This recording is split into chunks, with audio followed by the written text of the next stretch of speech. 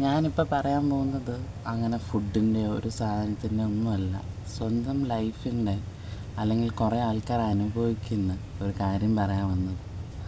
ശരിക്കും ഈ ലോകത്തിൽ പണമില്ല എന്നുണ്ടെങ്കിൽ എന്താ പറയുക, ഈ രാത്രിയിൽ ആരും ഇല്ലാത്ത സമയം കുറേ ആൾക്കാർ വേസ്റ്റ് കൊണ്ട് കളയത്തില്ലേ, അതുപോലെ നമുക്ക് പൈസ ഇല്ലെങ്കിൽ ആരോരും ഇല്ലാത്ത സ്ഥലത്ത് അതിനെ അങ്ങ് ഉപേക്ഷിക്കും. നമ്മൾ അത്രയേ ഉള്ളൂ, ഒരു വേസ്റ്റ് പോലെ. പക്ഷെ ഇതുകൊണ്ട് ഒരിക്കലും തളരാൻ പാടില്ല. ഇങ്ങനെ ചെയ്ത ആൾക്കാരുടെ മുമ്പിൽ നമ്മൾ ജീവിച്ച് കാണിക്കാനാണ് വേണ്ടത്. ഒരുപാട് കഷ്ടം, ഒരുപാട് സ്ട്രഗിൾ ഒരുപാട് ആൾക്കാർ ചെയ്യുന്നുണ്ട്, ഞാനുൾപ്പെടെ.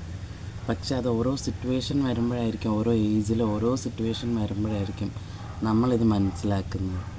കുറേയൊക്കെ ചെറിയ കുട്ടികൾക്ക് അത് ചിലപ്പോൾ മനസ്സിലാവണമെന്നില്ല. പക്ഷെ അതൊക്കെ മനസ്സിലായി കുറേ ആൾക്കാർ ജീവിച്ച് നല്ല രീതിയിൽ വരുന്ന ആൾക്കാരുണ്ട്. പക്ഷേ അപ്പോഴും കുറേ ആൾക്കാർ ഇതുപോലെ ബുദ്ധിമുട്ട് അനുഭവിക്കുന്ന ആൾക്കാരുണ്ടാകും. അത്ര ആൾക്കാരെ കളിയാക്കിയോ മാറ്റി നിർത്തിയോ കുറ്റപ്പെടുത്തുകയോ ചെയ്യരുത്. കാരണം ഒരു വേസ്റ്റ് പേപ്പർ ആണെങ്കിൽ പോലും നാളെ അത് കാറ്റിൽ ഉയർന്ന് പറന്നാൽ എല്ലാവരും മുകളിലോട്ടേ നോക്കുകയുള്ളൂ. അതുകൊണ്ട് ആരെയും ഒന്നിനും തള്ളിക്കളയരുത്. എല്ലാവർക്കും ഓരോ സിറ്റുവേഷൻ ഉണ്ടാകും. എല്ലാവരും ജനിച്ചപ്പോഴേ പണത്തോടു കൂടി അല്ല വന്നത്.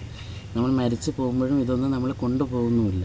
പക്ഷേ ഈ ഒരു എൻ്റയർ ലൈഫിൽ നമ്മൾ ജീവിക്കുന്ന സമയത്ത് നമുക്കിതില്ലെങ്കിൽ ഒരു വില, ഒരു റെസ്പെക്റ്റ്, ഒരു റിലേഷൻഷിപ്പ് ഒന്നും വേണ്ട. നമ്മുടെ ഒരു വീട്ടിലെ പാരൻസ് ആയിക്കോട്ടെ, സിബിലിങ്സ് ആയിക്കോട്ടെ, അല്ലെങ്കിൽ ഒരു ലവ് സ്റ്റോറീസിലായിക്കോട്ടെ, എല്ലാത്തിലും അതുണ്ടെങ്കിൽ മാത്രമാണ് കൂടുതൽ വിജയിക്കുന്നത്.